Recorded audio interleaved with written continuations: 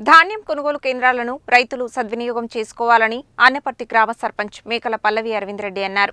ధాన్యం కొనుగోలు కేంద్రాలలో ధాన్యాన్ని విక్రయించి ప్రభుత్వం అందించే మద్దతు ధరను పొందాలని రైతులకు సూచించారు.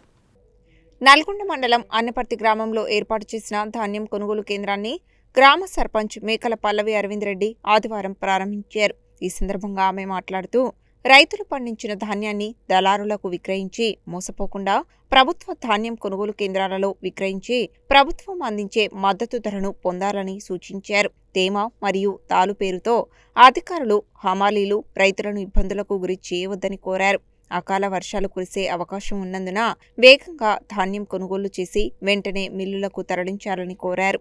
ఈ కార్యక్రమంలో ఉప సర్పంచ్ నర్రాముల శైలజ, వార్డు సభ్యులు మట్టపల్లి రూప, కునుకుంట్ల నరసింహ, ఖమ్మంపాటి వెంకన్న, తోట వెంకటరెడ్డి, చర్లపల్లి కృష్ణ, బోగరి రామలింగస్వామి, నూకల దశరథ, గంగుల నాగమ్మ, మాజీ ఎంపీటీసీ పనస సైదులుగౌడ్, గ్రామ కాంగ్రెస్ నాయకులు ఆమనగంటి అమరేందర్ రెడ్డి, పొగాకు వెంకన్న, బీఆర్ఎస్ నాయకులు మొసంగి అంతయ్య, మామిడి లింగస్వామి మాస్, మట్టపల్లి అనిల్, ఎదుళ్ల ఇంద్రారెడ్డి, దొండశేఖర్, నూకల సైదులు, నర్రాముల నరసింహ, బద్దుల శేఖర్ తదితరులు పాల్గొన్నారు.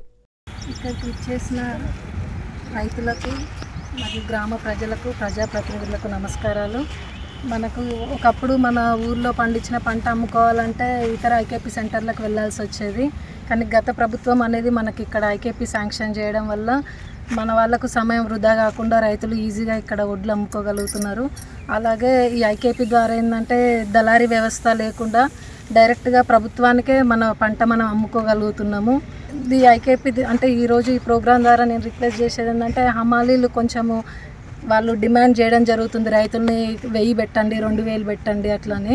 రైతులు వాళ్ళు ఇష్టపూర్వకంగా ఎంత ఇస్తే అంతే అమౌంట్ తీసుకోవాలి. ఇంకా మనకి ఇప్పుడు ఇక్కడ వడ్లు కొనుక్కొని పోయి మిల్లుకు పోయిన తర్వాత రైతులకు ఫోన్ చేసి మీ వడ్లల్లో తాలుంది, మీకు డబ్బులు తక్కువ ఇస్తాం, మళ్ళీ రిటర్న్ తీసుకోండి అని అలా కొందరికి కాల్స్ కూడా వస్తున్నాయి.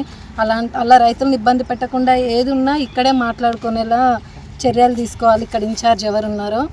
అలాగే పంట కూడా ఇప్పుడు అకాల వర్షాలు పడే ఛాన్స్ ఉంటుంది ఏప్రిల్ మేలో. అలా రైతులకు ఇబ్బంది కలగకుండా వెంటనే వడ్లు అనేవి కొనుగోలు చేయాలి. అమ్మిన పంటకు కూడా రైతులకు వారం లోపల డబ్బులు వేసేలా ప్రభుత్వం చర్యలు తీసుకోవాలని చెప్పి కోరుతున్నాం.